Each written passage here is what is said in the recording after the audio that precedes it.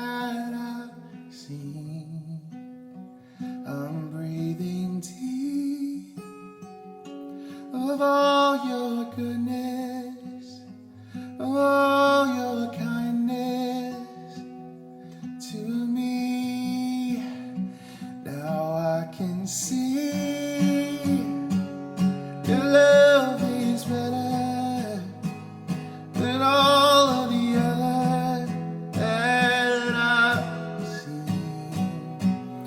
I'm breathing deep. Oh, your goodness, your loving kindness to me. I'm breathing, I'm breathing, I'm breathing, I'm breathing,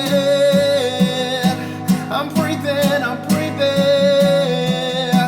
Whoa, I'm breathing, I'm breathing,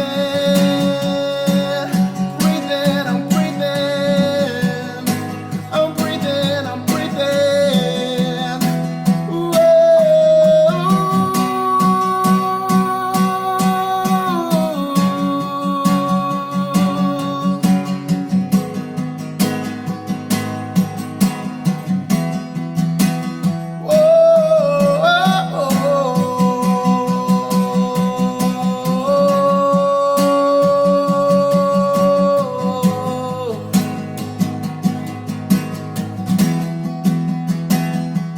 Just one last time. Now I can see. Now I can see. Your love is better than all the others that I've seen. Sing it out. I'm breathing deep of all your goodness, your loving kindness to me.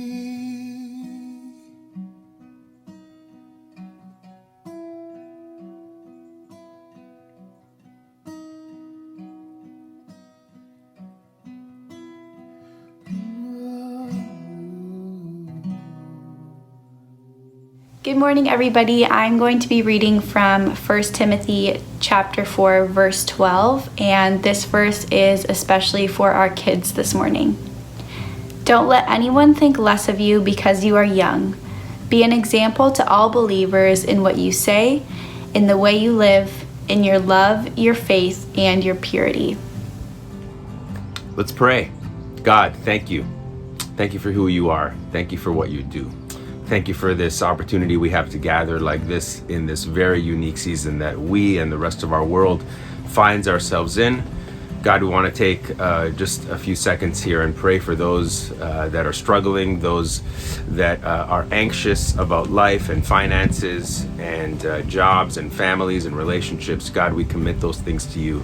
And we ask that the peace that can come from you, that is beyond our understanding, it's a mystery at times, that it would fill our hearts and make us at peace. As we enter into some conversation today, I pray that we'd walk away with some great things to live lives that make a difference, not just in us and in our homes, but in the world that we live in. In Jesus' name we pray. Amen. Amen. Hey everyone, thanks again for joining us. We got something special for you today, but before I get to that, I just want to say thank you to those who continue to give online and continue to give to the Village. We're so grateful for it. It helps us to do the things that we are doing. And for those that want more information on that, you'll see a slide at the end of today's gathering. Today we have an interview with Brett Ullman. Really looking forward to that. And it's going to be a little bit longer than our normal teaching time or talk time, but it is going to be so well worth it. The conversations will be based around anxiety, family, and parenting, and then just some great questions about how to integrate your faith and into your life in whatever scenario that you find yourselves in. So there's so many different parts to it that you'll want to watch the whole thing and see what you can take from it. So with no further ado, here is the interview with Brett. Everyone, we have Brett Ullman here today. I'm so thankful that he agreed to being interviewed. Hello, Brett. How are you doing today? Good to see you. Thanks for having me. Our pleasure. Definitely good to have you. So we've been, a few months ago, we were in the middle of an interview series, and I so wanted to interview you, but it felt like we needed to wait and pause for that, and it kind of works out well that we get to interview you at this moment. So I'm glad that the pieces kind of came together for it. We're also in the middle of a series called quit. So figuring out things in your life that you need to quit and let go of. And so hopefully some practical things will come up with our conversation today. So first I want to ask you a couple of quick questions to give people context of who you are. Where do you live, Brett? Other than 10 years, I lived in Ajax my whole life. My kids actually, my daughters just graduated, but both went to Ajax High, which is the same school that I went to, which is wow. Okay, amusing and weird all in one. That's okay. I hear Ajax is a cool town. I worked in Ajax for 10 years, so I love it. And then are you married? In a week, I think it's my 23rd wedding anniversary. So yeah, my wife's name is Dawn. That's sweet. That's sweet. It's our 23rd, my wife and I 23rd anniversary this year too, coming up. So that's kind of neat. We got married the same year. And you have kids? I do. Daughter Zoe, grade 12. Well, I shouldn't say that. She's now heading to University of Western next year. And my son, Ben, is just heading into grade 12. Okay, great. And then what job title do you give yourself? It's an interesting one. I'm, like I say, speaker, and people kind of look and say, what do you mean by that? So like speaker, I guess I'm an author. I say I'm a vlogger, which some people understand it's like a video blogger, but other people don't know what that means. And then I also am the director of the nonprofit that I run. But I think speaker is that's really what I do for a living, and everything else kind of comes from that. What would you do if you weren't doing what you do? It's interesting because like if I had a whole nother life to live, I would have loved to have been a firefighter. Oh my, but okay. If I literally, it's like, I'm not switching over as a 49-year-old, but if I wasn't speaking right now, I would go back. I was a teacher for 10 years with the Toronto District School Board, so I would most likely head back into teaching. Okay, yeah, that's right. That's what you did before you went into doing this. So, and they fit really well together. So that's kind of neat. All right, and then the last thing is you have a new book that we will talk about probably later. But what is this new book? You want to just show us quickly? You probably have it in front of you. It is called Parenting, Navigating Everything. Okay. And it's not a normal book. It's 226,000 words. It is 16 chapters it's 6 chapters on parenting, like literally communication, discipline, parenting styles, time, like how we create relationships with our kids. Yeah. And then the 10 chapters are on everything else. Mental health, sexuality, pornography, dating, loneliness, drugs and alcohol, finances and education. And I wrote those 10 chapters in kind of 2 ways, because as a parent, it's not just how do we teach our kid about mental health, but it's like, how do I get good mental health? It's not just how do I teach my kid about pornography, it's how do I deal with it? So I wrote those chapters in a way that we as adults can read them and learn. And then also there's parenting tip or parenting thoughts throughout those as well. Sure. Wow, cool. So 10 chapters about everything else, 6 chapters about parenting directly. Okay. Yes. The goal is so parents know how to talk. Like first we have a relationship with our kids, and then we talk about all these topics we need to. But as I was writing it just for parents, and the truth is it's still written for parents, but it's also written in a way that you could give this to anyone, to your son or your daughter, to also read on their own, and it wouldn't be just all parenting lingo. So it's this fine line I played. Rather than having to write another whole book on it, you can use this also, for you. Yeah, that's good. So I know this has been in the works for a while, and I'm super pumped that it's out, and we'll get to it in a question or two, but in more detail. But anyway, thanks for plugging it, and we'll plug it a little bit more later. When we wanted to speak to you a few months ago, we were in the midst of the newness of COVID, and all that was going on, all the new feelings, understanding what was happening in our world.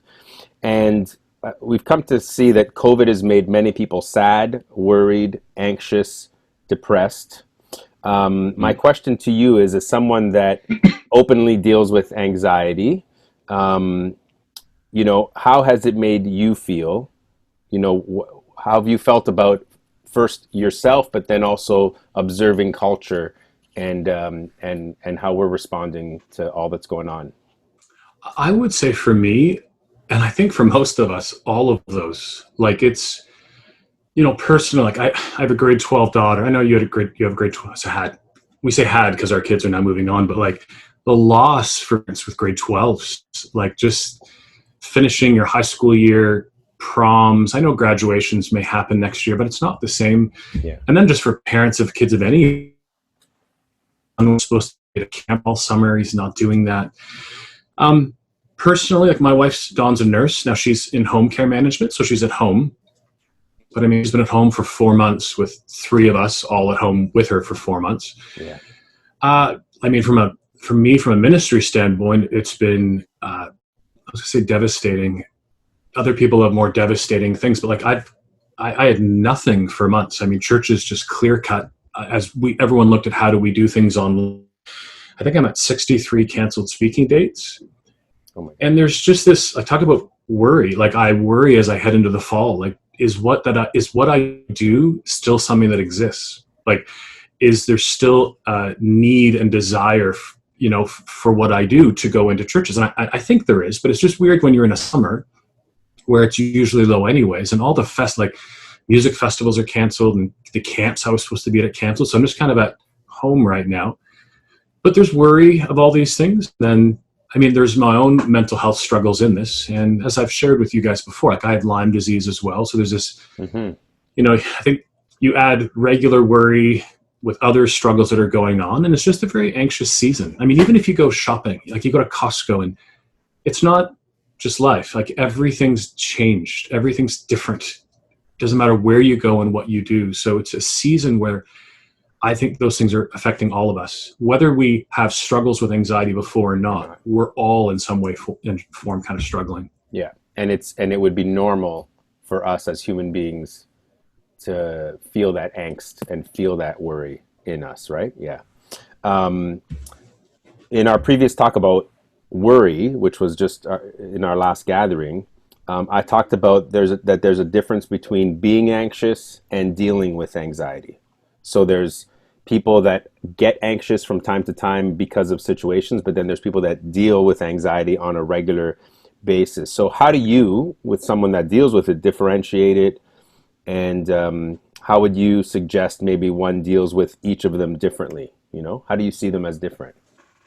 Well, I think being anxious, and these are heavy generalizations, but I think often you said like they're situational. Many people are really scared to go shopping right now. Yeah. And I think we're sometimes a little over scared. Like I would love to see more statistics on, do people get sick from going to Costco, from going to Loblaws and those things? And I don't see a lot of cases like that, but because COVID's such a new thing, we're worried. And so I understand that. We're worried about our children. We're worried about finances, right? As all the markets kind of tanked. We're worried for our own family's health. We're worried for the future. But then there's people who have mental health struggles. Now, here's the truth. Anxiety is anxiety. I think the reasons it comes, I don't think anyone listening, to the Zoom call today cares how they distinguish. It's just like, I feel anxious right now. Right. And I think being anxious can move into anxiety when this being anxious is affecting your day-to-day life.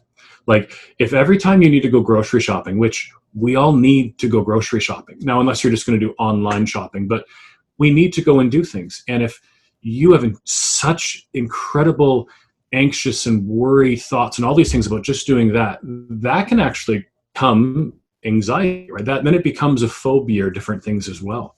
And so for me, whether, it's this or it's that, there are things that we need to look at how we deal with. And when I spoke, I think it was a number of years ago, I came to you guys and we talked on mental health. I still love the body, mind, and soul analogy, because whether you're just anxious to go shopping or you're someone like me who struggles with anxiety every day. And I did actually, I think it's 20 videos. I'll get the link to you for these, but they're on COVID, 20 ways to have mental health during the season of COVID.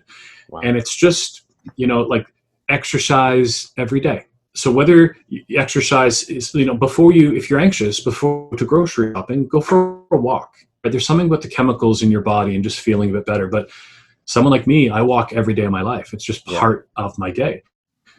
And then the same would be with eating well, right? And all those things help us and help your body, whether it's a situation or whether it's something kind of like those of us who struggle with disorders, which are things we have to deal with there may be more of a counseling conversation or some of the root issues of what's missing in your body from nutrients, or you might need medications. But the truth is, all of that is looking at what's wrong and how do we fix some of the root issues. Yeah.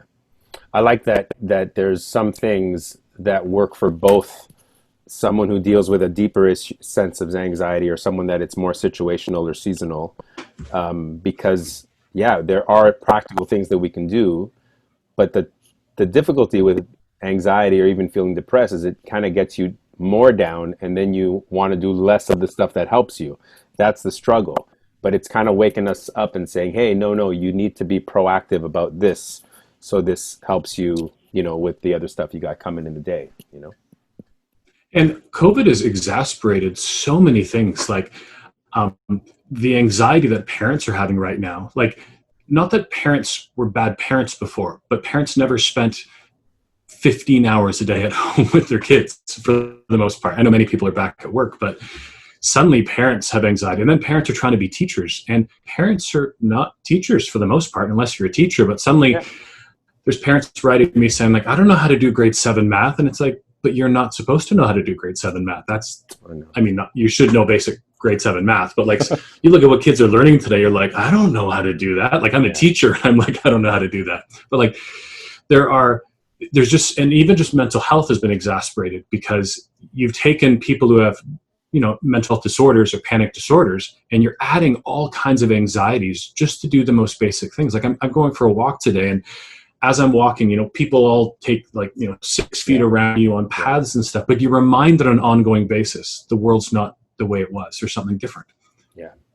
Yeah, that's true. When and I do the same thing if I'm running or walking, but you forget and are reminded when someone moves away from you. Oh yeah, that's right. This is the season we're in. And then you remind yourself as you get too close to someone, oh, I'm so sorry.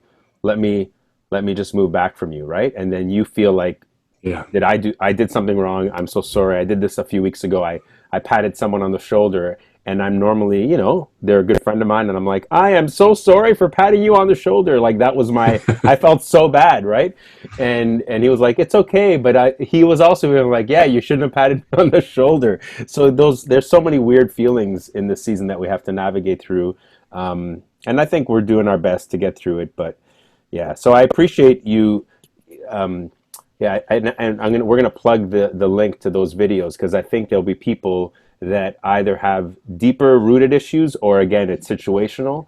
But every one of us, when we are worrying or are anxious, we need to find ways to just kind of even the tide and deal with whatever it is that we're feeling. Because in the end, it is a feeling. If we're feeling it a little bit or a lot, it's still a feeling, right? So, and one thing we can do as parents is we need to make sure as parents, we're not letting our anxieties and our worries about the future trickle down to our kids. Like, one of the 20 videos is just about the news, and it's like, turn it off. Like, I like news. I'm a news guy, but I watch the news morning or night. Sometimes I do both, but it's usually the same morning and night. But I don't want to do news all day and news apps. Like, we need to have some discernment. Like, we just keep sharing things on Facebook, like understanding what is real, what is not. But don't let the fears, like right now, I'm just going to do a video in the next few weeks for parents for school in September. We don't know what's going to happen. And so whether you have a kindergarten kid, junior high, high school, but if every dinner time, all we talk about is the fears of getting COVID, what if you bring this home? Your kid's going to go to bed going, I'm going to hurt and kill my parent. Like, don't put that stuff on our children right now. Like, we don't know what's happening, don't know transmission with kids and parents and stuff. But if you want to have those conversations with adults, great. I even would say maybe we got to stop talking about COVID 24/7, but that's true. Don't do it with kids in the house, because I think our kids are going to go to school being terrified that they might do something. Whereas those are some adult conversations, I think maybe not for our children right now. Yeah, that's wise. I think in general, we should be thoughtful of our audience and who we're impacting with our words and our conversation. So if it's our kids, yes. If it's somebody else that's vulnerable, thinking about that as well. I want to get back to your book because it's important. It's just come out. It's released. I think you can find it anywhere. So anywhere they sell books, you will be able to buy your book, correct? Yeah, Amazon, Chapters, many of the faith-based bookstores. I know there's less and less of those, and just off my website as well. Perfect. And also, you mentioned something earlier that if any of us locally want to buy your book, we can actually, to save shipping, pick them up on your porch, correct? Will that be something available on your website? It is. It's actually, you'll see one, it says the book name and it says in brackets, porch pickup. And with you guys being so close, I thought rather than having to ship it like to Whitby, if someone's close, they can just buy it and we can do porch pickup one day. And you can come and tell me when you're here, and I'll leave it on a bag on the porch. Amazing. Yeah, we did that with our run this year, our virtual run, to save on money so we can give more to charity. We said, pick up your t-shirt. We're not mailing it to you. And people did, which was great.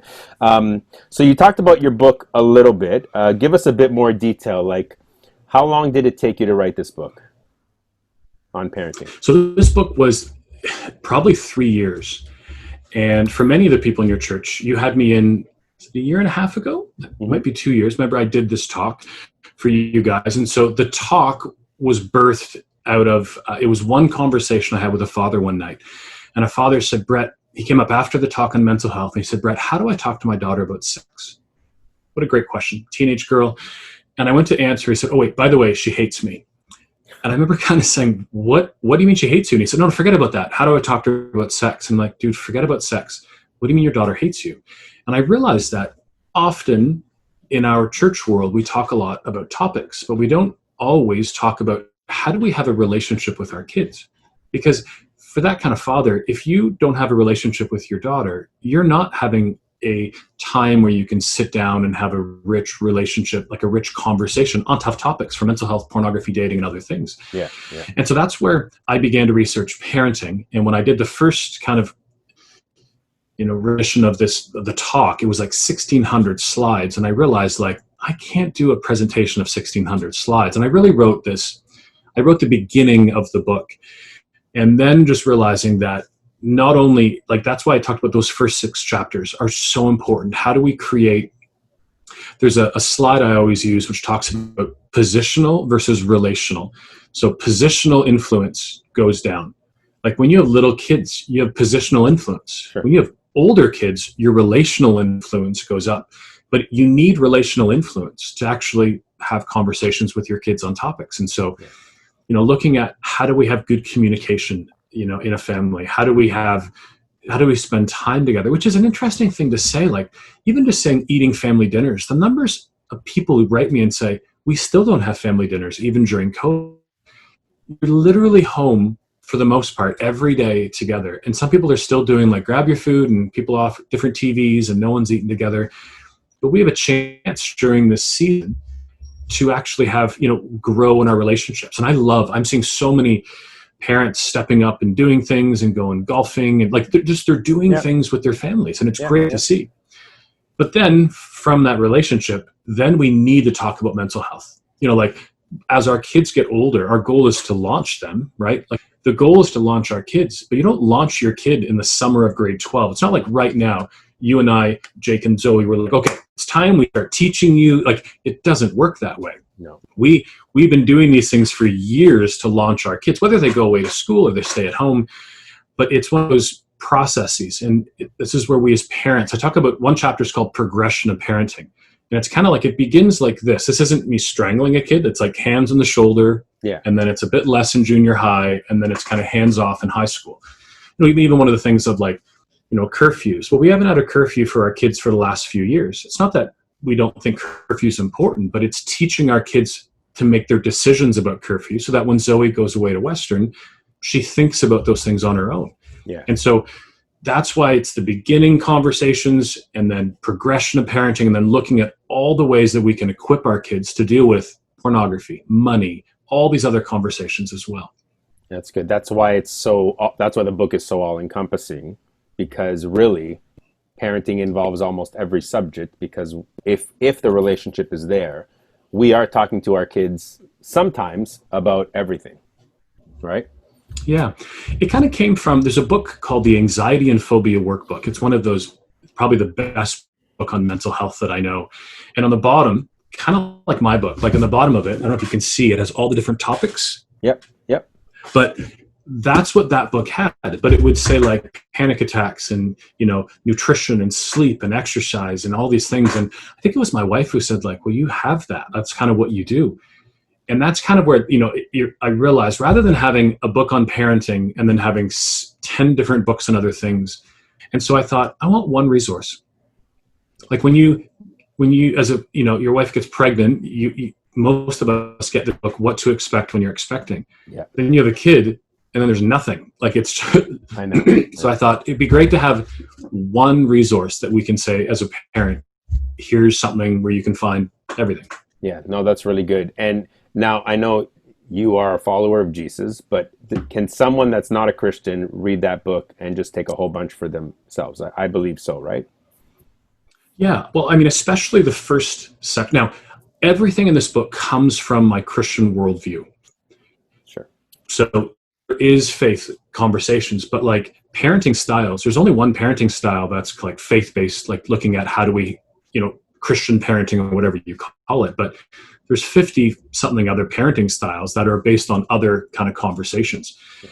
Communication, discipline, like there's so much in that, which is not just like whether you know Jesus or you're searching for Jesus or you're unchurched. Those are things we all have to do. Yeah. Now, my chapter on family discipleship, very faith-based, right? Of course. Whereas many conversations, I think many people can pull from it because I'm a very practical speaker. So, I mean, I use even many authors. Some are faith-based, some are not. Like I'm trying to find the best voices. I think there's 660 citations in this book as well.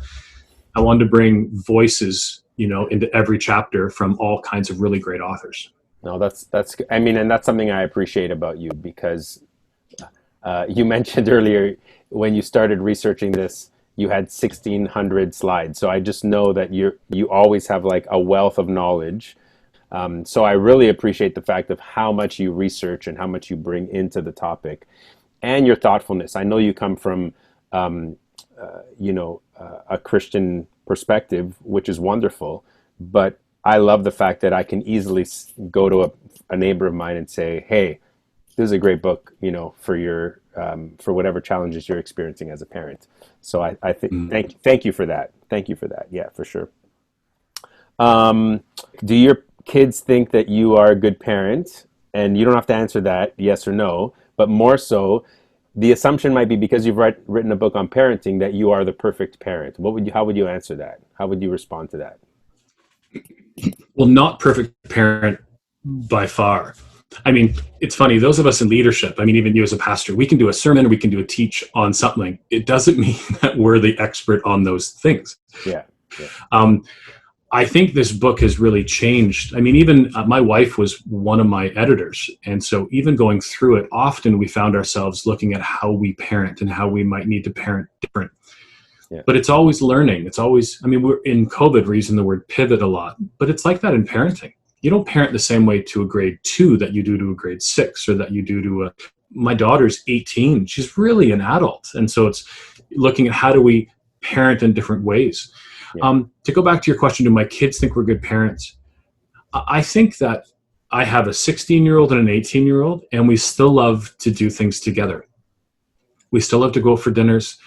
We were supposed to be in California the end of the summer on a family vacation. And our kids, like, we like to, play together. That might sound weird, but you know what I mean? We like to do things together. Like even next week, we're going downtown to it's called the Illusion Museum my wife wanted to go to.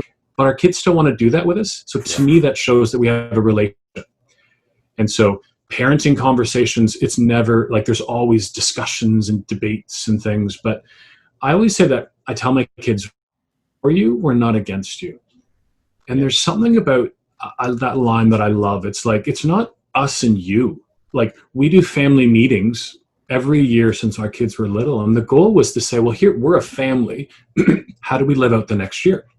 And they have, they have a vote and they can, because we have a relationship together, I think that helps our parenting because we can then walk through things together. It's not us and our kids. We're like from our family meetings and from our family dinners, we have the best, like I want the best for my daughter. Like I want to say yes as much as I can to what she wants to do or where she wants to go. And the same for my son. And so I think my kids would say we're good parents. We're not perfect parents. We haven't done everything perfect, but I think we have worked hard to have a good relationship with our kids. Yeah, no, that's good. That's a very fair question. It was a hard question to ask, but I thought I'd ask it because it was a fun question to ask too. Um, so lots of stuff on that. I think for anyone that wants to know more, pick up the book. We'll have the links at the bottom for people. I wanted to transition as we bring this to a close to two things. One is I know that you deal with what seems to be like a multitude of health issues over the last few years. Anxiety, Lyme disease, always trying to figure it out. Every time I'm talking to you, you're in research mode and discovery, like, okay, how can I get better at this? How can I get better? So my question, I guess, is with all those things going on, how have you been able to keep your faith, your sanity intact, your job continue? Like, what are some of the things you've done to kind of help yourself cope with this stuff? Yeah, that's an interesting question. I think part of me I live with a kind of a tension. One is an acceptance in that I've been unwell for 8 years right now. And so part of that is an acceptance of, I don't know if I'm going to get better. Now, I'm not speaking that over myself. I've been unwell for 8 years. And so it's one of those, this might be me. But at the same time, I am relentlessly continuing to look for, like, that's how the Lyme disease was kind of found. And then if there's a way, and that Lyme is a crazy kind of disease, there's no easy solution for it. But if there's things or practitioners or doctors I can see, if somehow I can get better, I'm going to continue to do that. I live life, I think, if I'm correct, and I don't know this, but I think this is how Alcoholics Anonymous deals. It's planning for the future, but living for the day. And someone once said it to me, and I kind of really like that. I mean, I don't know what tomorrow holds. Today's an okay day. But so today I will do this kind of stuff. I'll go for a walk. I'll hang out with my family. I'll do the things that I need to do. But the goal is to live today well. And it's a John Maxwell book as well. It's actually one of those COVID videos I talked about.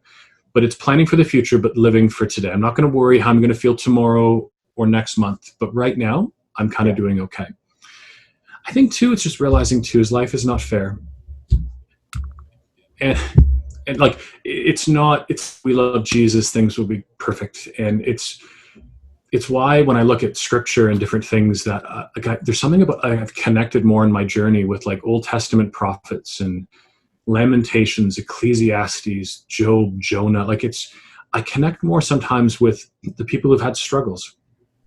Yeah. And so life's not perfect and we don't know why, but I know God is with me in those journeys. And so it's hard sometimes. I know those of us who struggle with mental health, like we often talk about we have a feeling in God, but we actually talk about we have a faith in God. But if your feeling isn't there, and if it's you, a brick wall, and Jesus, because those of us with mental health struggle with our feelings, and our feelings can't be trusted sometimes, meaning your feelings are anxiety or worry, or they're very fatalistic. Yeah. But many of us struggle with the feeling in God, even though it's not a feeling, it's a faith. It's a faith in the unseen and the faith in the unknown. And so there's lots of these tensions I live with. And, I think I've tried to stop figuring out why, because there isn't an answer to some of these things. Just sickness and long-term unwellness and anxieties. And some people have them and some people don't. Why does someone get it and someone doesn't?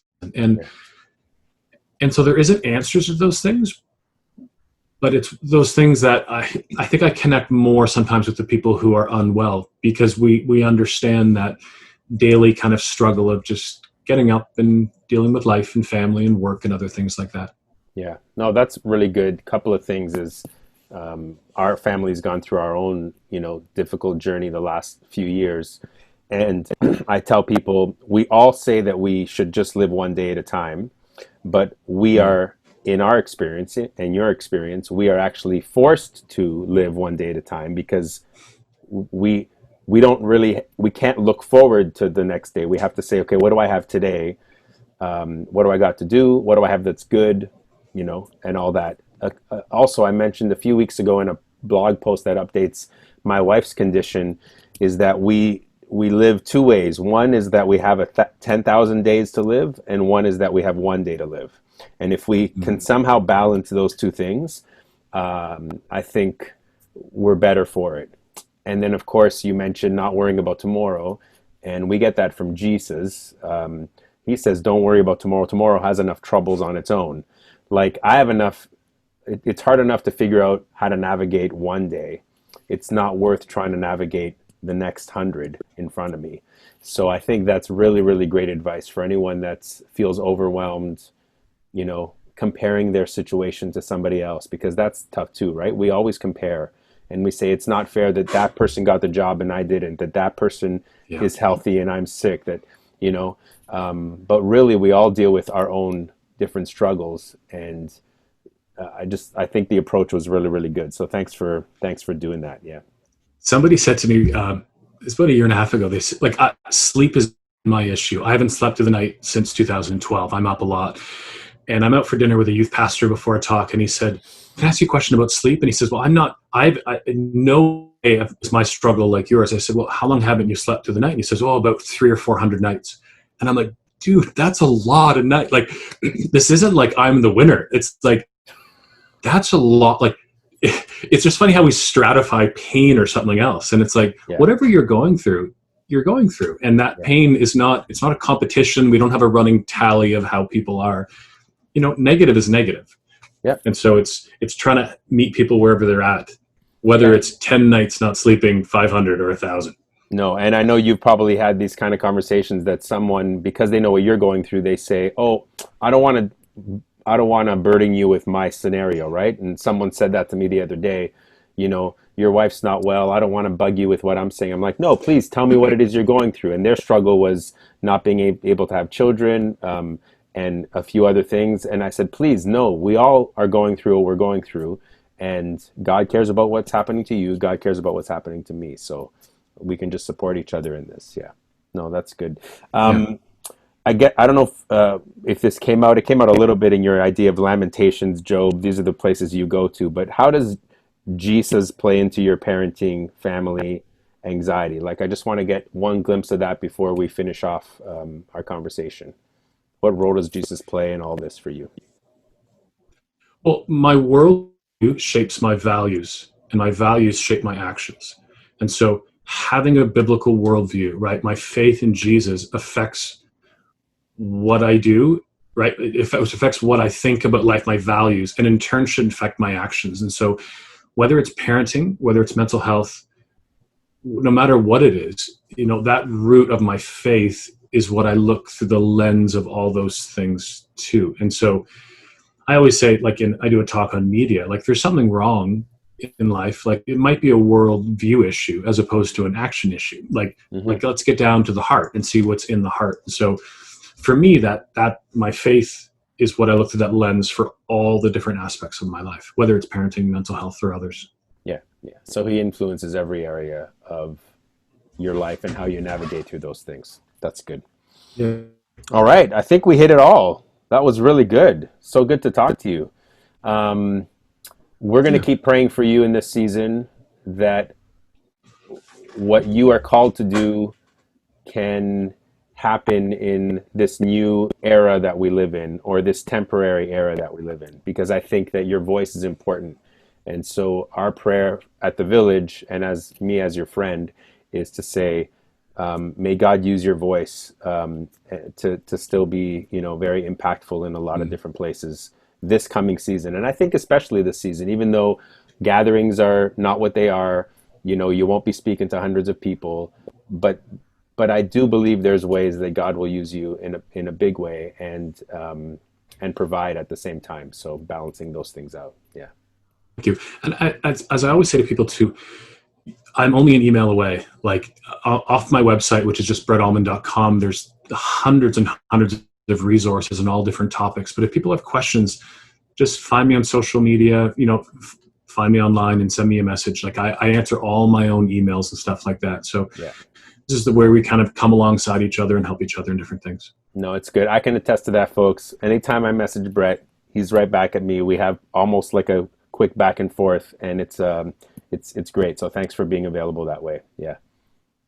All right. Well, God bless you, and I hope to see you soon in person, not just on video. You know what I miss most from your church is the food And I miss the longer time where you get a chance to chat with people in the middle of your service. You're one of the rare churches that does that. And that's what I would miss most from our time today. We miss that too. And we don't know when food will make it back to church, but maybe in 2023, we'll see. All right, Brett, we'll let you go. Have a great day, okay? Thanks. Wasn't that a great conversation? Was that not an awesome interview? I hope you enjoyed it. There was so much to take from it. Please look at the links that are at the bottom in our page here on our YouTube page, the brettallman.com link, the links to some of the resources, to his book and all that stuff. If you want to rewatch it and take some different notes, go for it and do it. I think it'll be really helpful to you. Because we were a little bit longer today, we wanted to tag at the end of today's gathering just a few more minutes of worship and reflection. So I'm just going to invite you to stick around for a few more minutes if that works for you, and just pause and just see what God would want to tell you through this final song that we encourage you to listen to and sing along to. Peace, love, God be with you.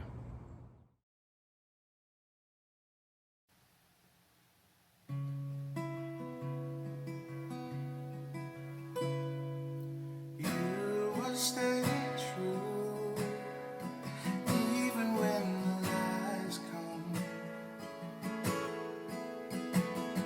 Your word remains truth, even when my thoughts don't line up. I will stand tall on each promise you made. Let the rest fade away. There's a peace far beyond all understanding. May it ever set my heart at ease. Dare anxiety come, I'll remember that peace is a promise you keep. Peace is a promise you keep.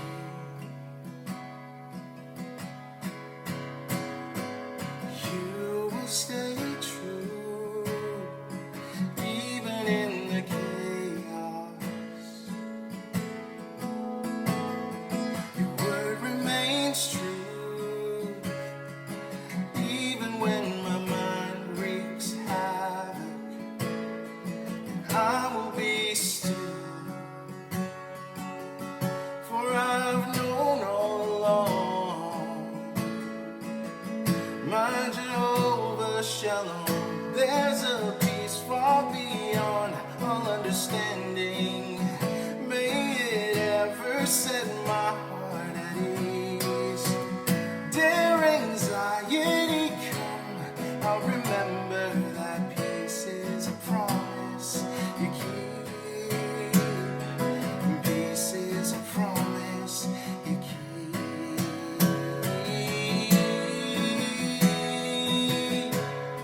Oh Lord,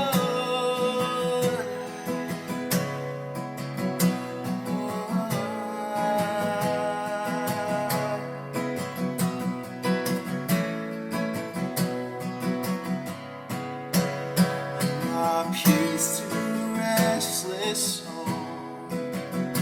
My peace when my thoughts wage war. Peace to the anxious heart. That's who you are. That's who you are. Peace when my fear takes hold. Peace when I feel enclosed. Peace when I lose control. That's who you are. That's who you are. Peace to a restless soul. Oh, peace when my thoughts wage war. Peace to the anxious heart. That's who you are. That's who you are.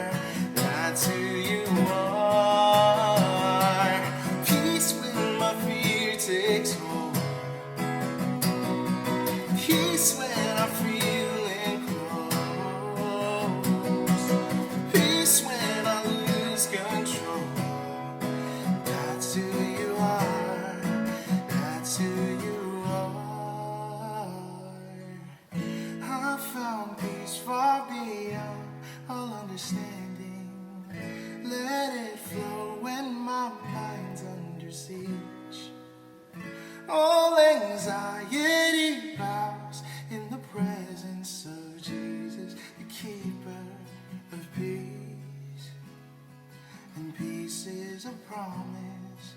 Keeps, peace is a promise.